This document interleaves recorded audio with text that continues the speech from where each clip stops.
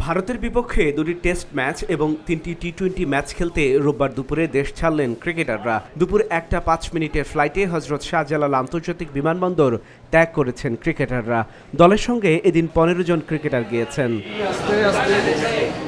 এছাড়া ইংল্যান্ড থেকে ভারতে দলের সঙ্গে যোগ দেওয়ার কথা রয়েছে টাইগার অলরাউন্ডার সাকিব আল হাসানের।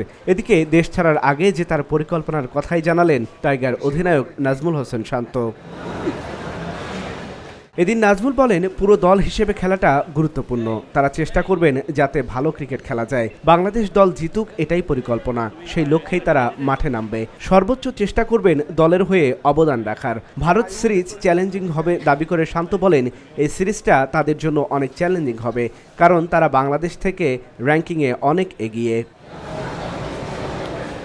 2 ম্যাচের টেস্ট সিরিজের প্রথমটি চেন্নাইয়ের এমএ চিদাম্বরম স্টেডিয়ামে অনুষ্ঠিত হবে 19 সেপ্টেম্বরে। এরপর দ্বিতীয় ম্যাচটি মাঠে গড়াবে 26 সেপ্টেম্বরে কানপুরে। দুটি টেস্ট ম্যাচই আইসিসি টেস্ট চ্যাম্পিয়নশিপের অংশ। টেস্ট শেষে মাঠে গড়াবে 3 ম্যাচের টি-20 সিরিজ। আল ইমরান, ঢাকা জার্নাল।